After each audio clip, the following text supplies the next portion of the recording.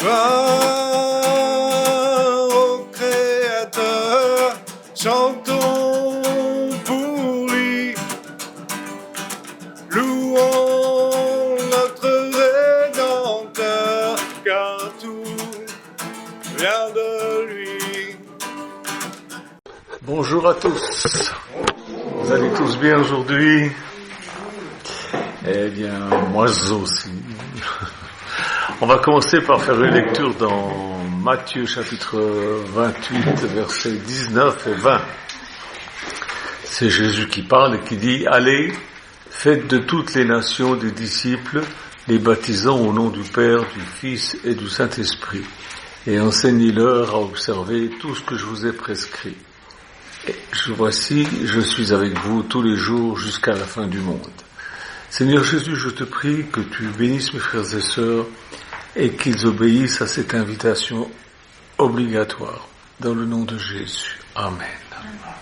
Alors bon, juste si vous avez une Bible sous les yeux, si vous avez ouvert votre Bible, eh bien, quand vous lisez « Baptisez-les au nom du Père, du Fils et du Saint-Esprit », c'est au singulier. Les baptisant au nom A-U, nom, N-O-M. Si c'était trois noms, si c'était le nom du Père qui est un nom, le nom du Fils qui est un autre nom, et le nom du Saint-Esprit qui est encore un autre nom, eh bien ça serait écrit A-U-X-N-O-M-S. Donc c'est bel et bien un seul nom. Et quel est ce nom? Eh bien le nom que les apôtres ont toujours utilisé quand ils ont fait les baptêmes. Vous pouvez trouver ça dans Actes chapitre 2, où Pierre dit aux gens de se faire baptiser au nom de Jésus-Christ. Voilà. Et puis l'autre passage encore où il est dit, chaque fois, jamais les disciples ont baptisé au nom du Père, du Fils et du Saint-Esprit, parce qu'ils savaient que le nom du Père, du Fils et du Saint-Esprit, c'est Jésus, parce qu'on n'a qu'un seul Dieu. En cela, les musulmans ont raison, il n'y a qu'un seul Dieu. Il n'y a pas trois dieux. Ni un Dieu en trois personnes, ça sera un schizophrène. Non, il n'y a qu'un seul Dieu, et voilà, son nom c'est Jésus. Ça, c'est pas le sujet de ma prédication. Ce que je veux dire ce matin, c'est qu'il n'y a jamais eu de période de l'histoire du monde où la connaissance de notre Sauveur est vitale, personnellement, et nécessaire pour chaque être humain. C'est ça que je veux dire. C'est ça mon message d'aujourd'hui.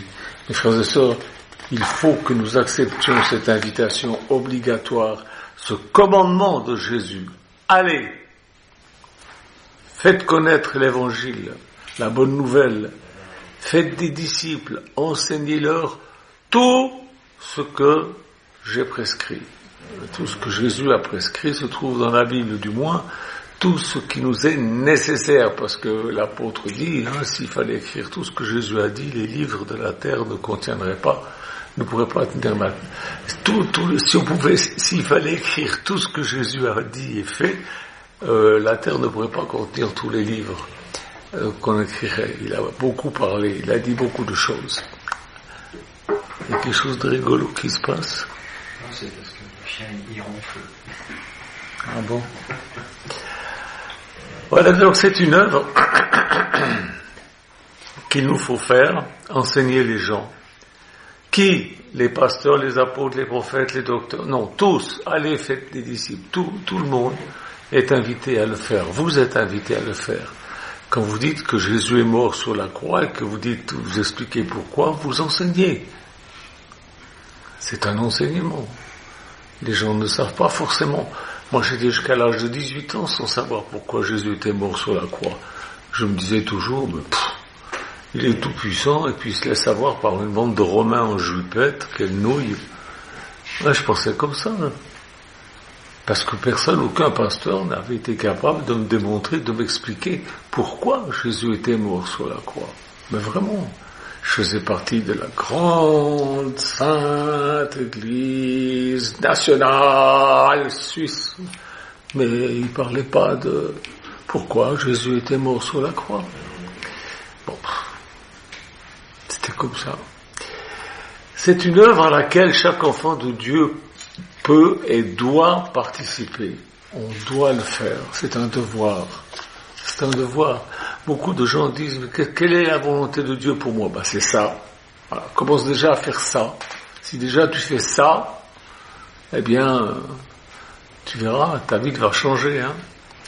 Alors il existe partout des occasions d'aider les autres personnes à venir à Jésus, en leur montrant son amour, en leur montrant aussi notre amour, en leur faisant connaître notre savoir et nos croyances. C'est différent ce qu'on croit et ce qu'on sait. Moi je suis pas tellement un croyant, je suis un sachant. Je sais que Jésus-Christ est vivant, je sais. Je l'ai vu agir, je sais. Il nous faut faire les inviter à se joindre à nous pour connaître la joie de connaître Jésus. Ils ne savent pas, il leur manque quelque chose, il y a un vide dans leur cœur, ils ne savent pas ce que c'est, ce vide. Il a la forme de Jésus, mais ils ne le savent pas.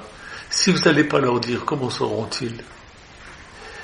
Mes frères et sœurs, c'est aujourd'hui qu'il faut que nous fassions preuve de force morale et de courage et que nous proclamions l'évangile de Jésus-Christ. Bientôt on ne pourra plus. Vous savez que bientôt on ne pourra plus. J'écoutais un pasteur l'autre jour qui disait que le gouvernement a donné des ordres pour que les grands hôtels ne louent plus leurs salles pour que les pasteurs puissent prêcher l'évangile. Savez-vous ça? Je ne parle pas d'un gouvernement de demain ou d'après-demain, de celui d'aujourd'hui. Là, on est quoi? On est le dimanche 7. Bientôt, on ne pourra plus. Tous les vrais porte-paroles de cette dernière dispensation ont enseigné aux membres de l'Église de Jésus-Christ qu'ils doivent faire connaître l'Évangile rétabli. Quand je dis les vrais porte-paroles, je veux dire les prophètes. Mais si je dis prophète, vous allez penser doudingue. Parce que c'est vrai qu'il y en a beaucoup qui se disent prophètes et qui sont des doudingues. Alors je préfère dire porte-parole, ceux qui portent vraiment la parole de Dieu. Eh bien, ils disent, prêchez, dites, témoignez. Jésus, il est la tête, et l'Église, c'est son corps. C'est ce qui est écrit. C'est ce qui est écrit. Et chaque membre du corps de Christ doit être un missionnaire. Un corps, il est formé de plusieurs membres. Et chaque membre a cette fonction. Chaque membre a des fonctions différentes, mais tous les membres ont cette fonction-là en commun. Nous avons du travail, et notre responsabilité, c'est d'aider et d'instruire les gens. Vraiment. Le Seigneur Jésus nous a donné la mission d'enseigner tout ce qu'il a prescrit à toute la création, sans faire exception de personne, que ce soit des verts, des jaunes, des bleus, des noirs, des rouges rayés, verts et mauves, toutes les couleurs, tous les âges. Il ne faut pas dire non, pas ceux-là. Il y a des sectes qui ont dit, encore jusqu'à il n'y a pas longtemps, il ne faut pas évangéliser les noirs. C'est terrible quand même de dire des choses pareilles. De quel droit? Dieu rassemble son peuple en Israël, que vous le vouliez ou pas. C'est écrit dans la Bible que Dieu le fait, et il le fait sous nos yeux. Évidemment, ça va pas sans problème, parce que voilà. Et il rassemble aussi les membres de son Église pour qu'elle rassemble les gens autour de la Bible. Pas forcément pour que les gens aillent poser leur derrière dans une église, mais il faut les rassembler autour de la Bible, invitez-les chez vous, servez-leur une petite tasse, des rafraîchissements, quelque chose, un petit gâteau, et puis posez la Bible sur la table, puis vous leur dites, voilà, j'ai quelque chose à vous lire. C'est pas difficile. Commencez déjà avec vos amis, puis ensuite vous atteindrez les amis de vos amis, etc., etc., et très rapidement, l'évangile peut être répandu. C'est notre travail, c'est notre mission.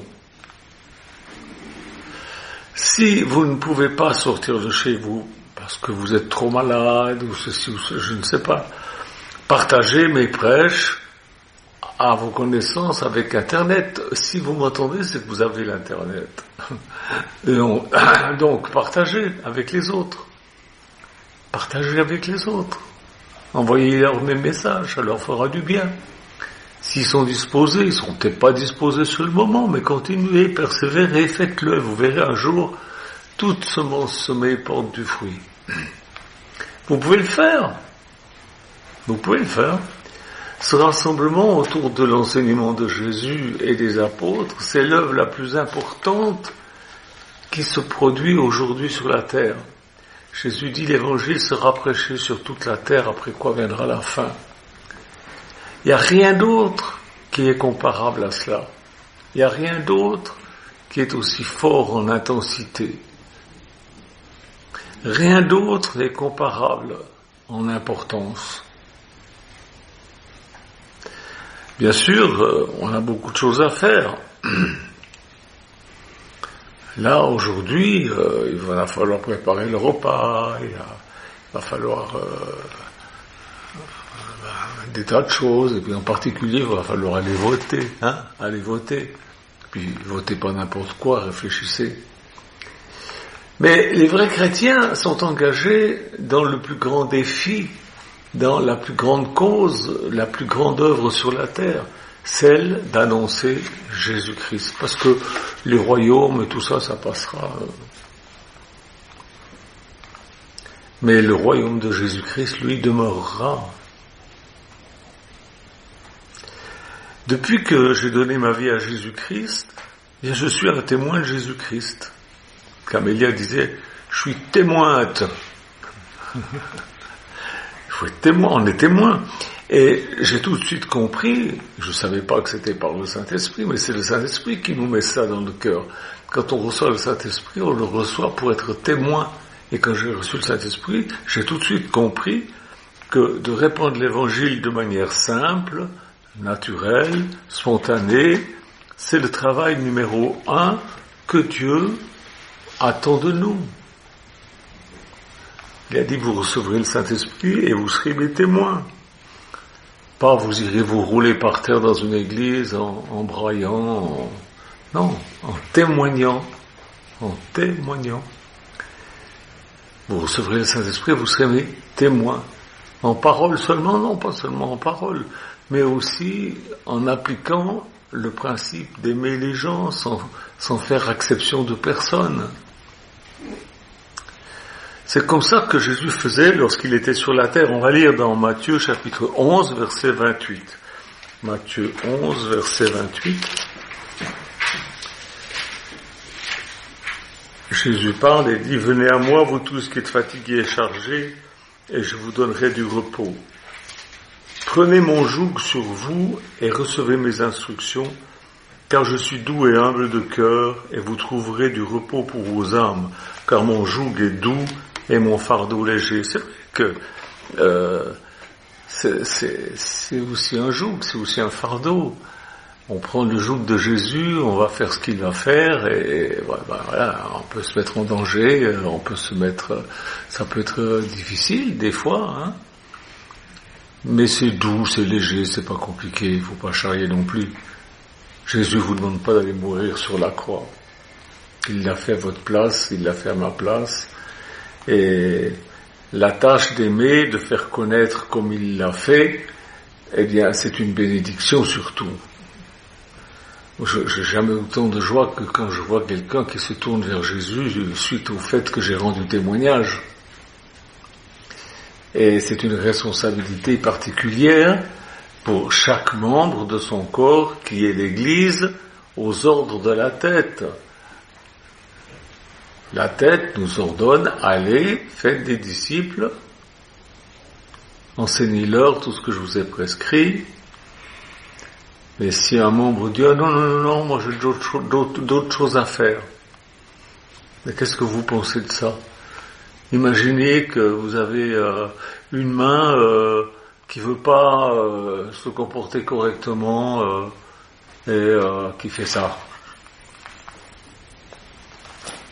tout le temps, devant tout le monde, mettre les doigts dans le nez partout. Et ben, les gens qui font pas ce que Jésus dit sont un membre qui fait n'importe quoi. J'ai vu une vidéo de quelqu'un, c'était une dame dans un supermarché, elle a baissé sa culotte, elle a fait caca entre les oranges et les pommes. Elle fait n'importe quoi. Un membre qui n'obéit pas à Jésus-Christ fait n'importe quoi. Il fait ce qu'il pense. Ah, moi je pense que... Ah non, j'ai plutôt besoin de faire ça. Ouais. Elle avait très besoin, la dame. Hein.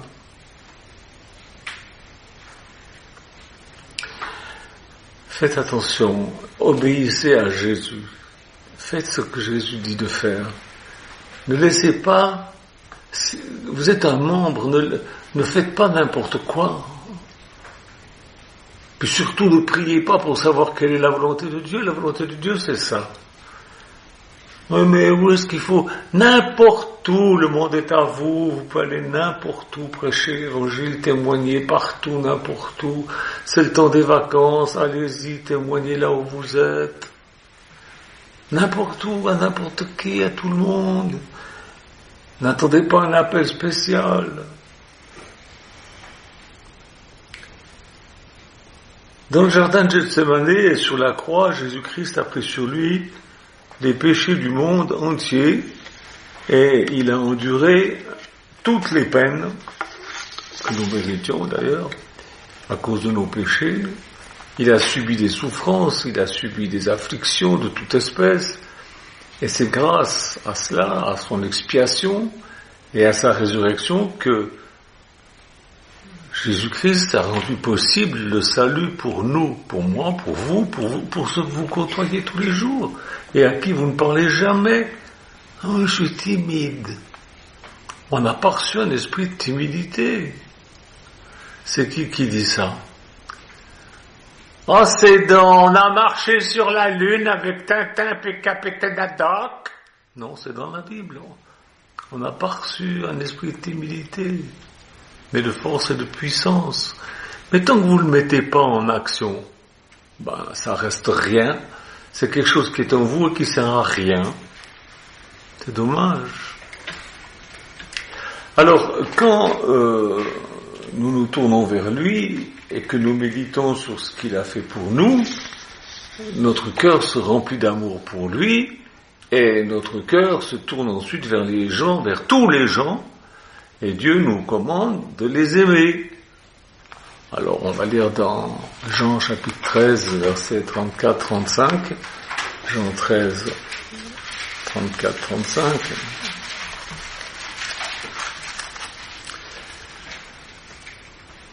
Je vous donne un commandement. Vous voyez, je vous parle on est sous la grâce, on n'est pas sous la loi. Jésus dit, je vous donne un commandement nouveau. Aimez-vous les uns les autres. Comme je vous ai aimé, vous aussi aimez-vous les uns les autres. À ceci, tous connaîtront que vous êtes mes disciples si vous avez de l'amour les uns pour les autres. Les gens reconnaîtront que vous êtes disciples de Jésus si vous avez de l'amour les uns pour les autres. Pas cette espèce d'amour dégoulinant qui dit « je t'aime de l'amour du Seigneur ». Je raconte souvent cette histoire parce qu'elle m'a tellement fait rire. On était dans une convention de chrétiens et tout le monde était bien endimanché, on était à l'hôtel et il y avait un couple qui était là, on a pris le même ascenseur, lui il était chrétien, ça se voyait, il avait sa grosse Bible sous le bras et puis j'ai dit « bonjour frère ». Regardé du haut en bas comme si j'étais une bête curieuse, il m'a pas répondu. Et puis une demi-heure après, on était dans l'église, en train de taper des mains, en train de chanter. Et puis le pasteur qui était sur l'estrade, il a dit tournez-vous et dites à votre voisin de gauche, de droite, celui qui est devant vous, celui qui est derrière vous, dites-lui je t'aime dans le Seigneur. Alors le bonhomme qui était devant moi se retourne et me dit je t'aime dans l'amour du Seigneur. C'était celui de l'ascenseur. J'ai dit, tu m'aimes dans le Seigneur, mais tu m'aimes pas dans l'ascenseur. Il m'a fait une de ses tronches. Il fallait que je lui dise, pour qu'il réalise un petit peu. Sa religion, c'est quoi? Vous voyez? Aimer les gens voient, ils regardent, ils se rendent compte si... c'est à l'amour que vous avez les uns pour les autres que les gens sauront que vous êtes mes disciples. Moi, quand je vois un type comme ça, je me dis, bon, il n'est pas vraiment disciple, il y a quelque chose qu'il n'a pas pigé, ou il est peut-être raciste. J'ai oublié de vous dire, c'était un noir. Ça aurait pu être un blanc, mais il était peut-être raciste, peut-être, je sais pas. Qu'allez savoir, j'ai pas demandé, vous êtes raciste? J'ai pas demandé. Je m'en fous, à la limite, je m'en fous, c'est pour ma vie. C'est dommage pour lui, c'est tout. Il m'a pas montré qu'il est disciple. C'est tout ce que je vois. Les gens voient comment vous vous aimez les uns les autres. Et ça, c'est un témoignage. Et si ces mêmes personnes sentent que nous les aimons sincèrement, et que, c'est-à-dire que nous nous soucions d'elles, que quand elles ont besoin d'un coup de main, on leur donne un coup de main, on fait quelque chose, on est serviable, on est gentil. Et ces gens-là ouvriront peut-être leur cœur au message de Jésus-Christ. C'est pas certain. C'est pas certain. Il y en a plein, ils ont vu Jésus, ils se sont pas convertis. Même Judas, il était avec Jésus, il s'est pas converti. Mais vous devez faire votre part. Vous ne devez pas dire, oh, mais non, celui-là, il a une sale tête, il ne va pas se convertir. Non, vous n'en savez rien du tout. Alors, quand nous parlons de l'évangile, commençons par faire preuve d'amour. Je voyais l'autre jour encore une vidéo sur le net, et c'est un type qui disait, une femme qui se coupe les cheveux, elle va aller à l'enfer. Un homme qui a les cheveux longs, il ira en enfer. C'est écrit. Une femme qui s'habille comme un homme, elle ira en enfer. Un homme qui s'habille comme une femme, il ira en enfer. Est-ce que j'ai envie de suivre un bonhomme qui dit ça? Non. Pourquoi? Parce qu'il le dit avec dureté. Et c'est non seulement il le dit avec dureté, mais il le dit avec beaucoup de bêtises. Parce que un homme qui s'habille comme une femme, c'est quoi? C'est un homme qui porte une robe. Mais il a pas lu que Jésus avait une robe tellement belle que les Romains, ils l'ont tiré au sort, parce qu'ils voulaient savoir à qui c'est qu'elle allait la prendre. Jésus s'habillait en robe. C'était comme ça à l'époque. Voilà. Les temps changent, ça. Ce qu'il faut, c'est être décent. D'accord. Mais si vous y allez en disant, ouais, t'as les cheveux coupés, t'iras en enfer. Salut mon copain, bonne nuit. Moi, j'écoute pas quelqu'un qui me parle comme ça. On parle pas comme ça aux gens. Et puis d'abord, quand Paul dit que la femme, elle doit pas se couper les cheveux, c'est parce qu'à l'époque, les femmes qui se coupaient les cheveux, c'était pour se faire reconnaître comme prostituées. C'est plus le cas. Maintenant, quand je regarde des photos, toujours sur Internet, les photos des tenancières de maisons closes ou des prostituées des années 50, elles étaient mieux habillées que les gamines qu'on voit à l'école aujourd'hui. Une question de décence. Alors je dis pas que les prostituées des années 50 étaient décentes, mais elles étaient mieux habillées, plus propres. Mais bon, nous pouvons faire connaître l'Évangile en étant de bons voisins, en rendant service, en faisant preuve de sollicitude, d'amour. Vous savez, un témoignage pur est porté par le pouvoir du Saint-Esprit dans le cœur des gens disposés à le recevoir. Nous ne savons pas qui est disposé à recevoir ou pas notre témoignage, Mais c'est pas notre travail, c'est pas notre responsabilité. On n'a pas à juger si les gens sont bien disposés ou pas. C'est pas notre boulot. Lisons 2 Timothée 4, 1, 5. Voilà ce qu'il dit. Je t'en conjure, c'est Paul qui parle à son copain Timothée, à son disciple. Je t'en conjure devant Dieu et devant Jésus-Christ qui doivent juger les vivants et les morts, et au nom de son apparition et de son royaume, prêche la parole, ou témoigne, c'est pareil. Prêcher, parler, témoigner, tout ça c'est la même chose. Prêche la parole, insiste en toute occasion, favorable ou non. Reprend, censure, exhorte avec toute douceur en instruisant, car il viendra un temps où les hommes ne supporteront plus la saine doctrine, mais ayant la démangeaison d'entendre des choses agréables, ils se donneront une foule de docteurs selon leurs propres désirs et détourneront l'oreille de la vérité, se tourneront vers des fables. Mais je suis désolé. Encore l'autre jour, je regardais sur Internet, Jésus nous dit d'imposer les mains aux malades. J'ai vu un pasteur, dans une église bourrée de monde, mettre sa main sur le sexe d'un bonhomme, comme ça, et le secouer au nom de Jésus. Le type, il est tombé par terre, et vous savez ce qu'il a fait? Vous cherchez-le sur Internet. Il lui a mis la main dans la culotte. Jésus dit d'imposer les mains aux malades, mais pas comme ça. C'est des fables, c'est des idioties, c'est des stupidités, c'est affreux. Il y en a un autre, il versait 2 litres d'huile sur la tronche d'un bonhomme. Il avait un beau costume, il a pu le jeter, le costume. 2 litres d'huile sur la tronche du bonhomme. Il y en a un autre, il se baigne dans un bidon dégueulasse, pardon pour le mot, tout rouillé.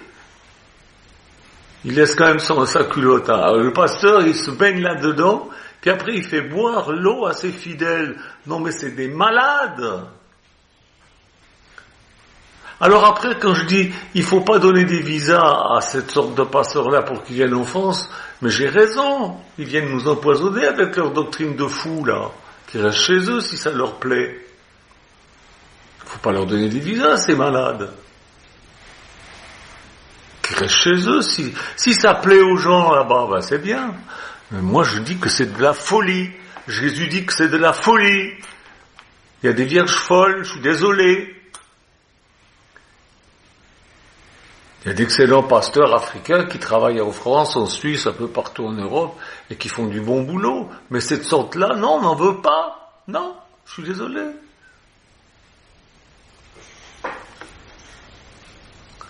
Si l'évangile de Jésus-Christ est ce qui a le plus de valeur pour nous, alors nous le partageons d'une façon naturelle. On ne devrait même pas avoir besoin de le dire. On ne devrait même pas avoir besoin de le dire. Quand on trouve, excusez-moi la comparaison, mais quand on trouve un bon produit, on est tout content de l'utiliser, puis on partage l'idée avec nos copains, nos copines. Non, c'est pas vrai? Bien sûr. Et quand on trouve Jésus, ça devrait être normal d'en parler, si vraiment on l'a rencontré. Et si nous prions le matin, afin d'être guidés vers les personnes qui ont besoin de l'évangile, et on augmente nos chances de rencontrer des gens bien disposés. Est-ce que vous priez le matin avant de sortir de votre chambre? Même pas le temps. Bon, faites comme vous voulez, hein. Ayez toujours sur vous un évangile de Jean. Les évangiles de Jean, ça coûte rien. Ça coûte rien du tout. Vous avez 3-4 évangiles dans votre poche pour donner aux gens qui sont bien disposés, qui vous écoutent, et puis après vous leur dites, tiens, je vous donne un petit souvenir, vous lirez, c'est l'évangile de Jean, ça vous fera du bien. Voilà, ils partent avec quelque chose. Ils pourront le lire. S'ils ne le lisent pas, s'ils le jettent, quelqu'un pourra le trouver. Non, mais faites-le. C'est une façon de faire. C'est une façon de faire. Et plus vous le ferez, plus ça deviendra facile pour vous de le faire. C'est comme un exercice. Quand on fait un exercice, si vous soulevez des poids, vous n'allez pas aller à la salle de muscu et soulever 100 kilos comme ça du premier coup, non. Vous allez commencer par 10 kilos, puis vous allez vous exercer, et puis après ça va devenir plus facile, vous pourrez prendre 20 kilos, etc., etc. Ça vient en le faisant. Plus vous allez le faire, plus ça va être facile. N'attendez pas d'être prêt. Qu'est-ce que ça veut dire? Moi, je me sens pas prêt. Vous attendez quoi? D'être super saint pour le faire? Vous serez jamais un super saint. Vous serez jamais un super saint. Regardez, là, il y a le film Chosen qui est sorti, là, où il va sortir ces jours-ci, les 4 premières saisons. C'est extraordinaire. On voit les apôtres, comment ils étaient, mais ils étaient terribles, ces gens-là. Ils étaient terribles. Ils étaient loin d'être des saints, hein. Des saints dans le sens que je veux dire parfaits. Mais Jésus a choisi les choses folles de ce monde pour confondre les sages. Alors n'attendez pas d'être prêt, d'être super saint, d'avoir un appel de Dieu pour ça. L'appel de Dieu, il est écrit noir sur blanc dans la Bible. Allez par tout le monde. Vous me direz, oui, mais il a dit ça à ses disciples. Mais vous n'êtes pas un disciple alors. Vous êtes quoi? Quelqu'un qui se discipline à faire ce que Jésus dit, c'est un disciple. Que vous soyez homme ou femme, vous pouvez le faire, c'est notre devoir de le faire. Comme je vous dis, c'est une invitation obligatoire. Alors, comme je vous disais, ces jours-ci, c'est un coffret qui va sortir, je crois, le 12, d'après ce que j'ai vu toujours sur le net. Ce film Chosen, ça raconte l'histoire de Jésus, mais pas que. Ça raconte celui qui joue le rôle de Jésus, il a donné sa vie à Jésus-Christ. Eh bien, c'est pas. Ce film-là, il nous montre pas seulement la vie de Jésus, il nous montre la vie de tous ceux qui l'entourent, comment ils réagissent, comment leur vie et tout. Et c'est très inspirant. Achetez-le, regardez-le, offrez-le. Prêtez-le si vous ne voulez pas l'offrir. Offrez-le. Partagez-le. Vous savez, les gens ne vont pas pouvoir rester insensibles au message que porte ce film. Alors si vous n'arrivez pas parce que vous fabouillez, vous n'arrivez pas à vous exprimer, ce film-là, il le fait très très bien. Vous n'avez pas d'excuses. Vous pouvez témoigner en partageant. Je touche pas d'argent en faisant la pub pour ce film. Simplement, je le trouve formidable. Toute la communauté, on l'a vu. Là, on a vu les 2 premières saisons. On va voir la 3, on va voir la 4. Puis après, il sortira la 5 et la 6. Mais c'est extraordinaire, cette histoire. Ce film est très très bien fait, très intelligent. Il y a tant de moyens à notre époque pour faire connaître Jésus-Christ et son message. Alors, comme il nous est dit dans la Bible, heureux celui qui sera trouvé travaillant dans ma vigne, c'est-à-dire en train de faire ce qu'il doit faire dans la vigne du Seigneur. Et ce qu'on doit faire dans la vigne du Seigneur, c'est tout faire pour qu'il y ait du fruit. Alors, le meilleur moyen, c'est de témoigner. Que Dieu vous bénisse, que Dieu vous aide. Et je suis sûr que si vous commencez à le faire, vous allez prendre beaucoup de joie. Quand vous aurez emmené une personne à Jésus, vous aurez envie d'en emmener une deuxième, etc., etc., etc. C'est normal, c'est obligé, parce que c'est dans votre nature, c'est quelque chose que vous avez peut-être réprimé jusqu'à maintenant, mais faites-le, vous allez voir, c'est bon. Que Dieu vous bénisse. Au revoir. Et puis à lui voter aujourd'hui.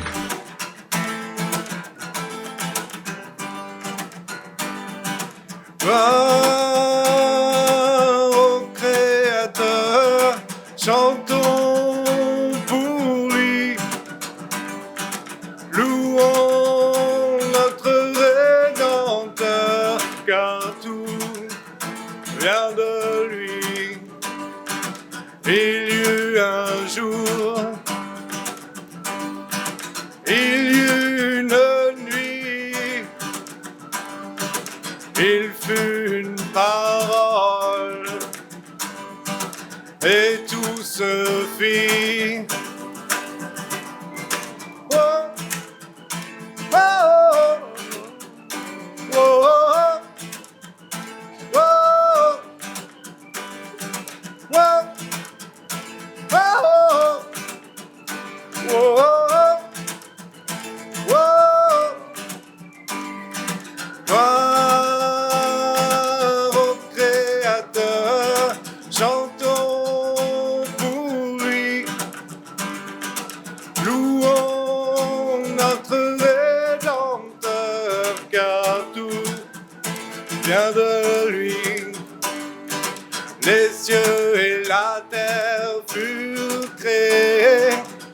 mais quelque chose manquait.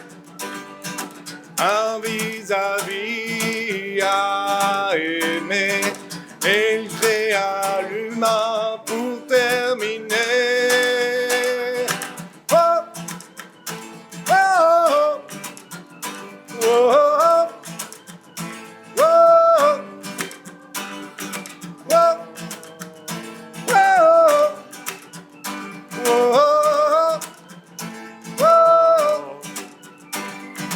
Gloire au Créateur, chantons pour lui, louons notre Rédempteur, car tout vient de lui. Je te loue pour ce que je suis, épouse de Jésus-Christ.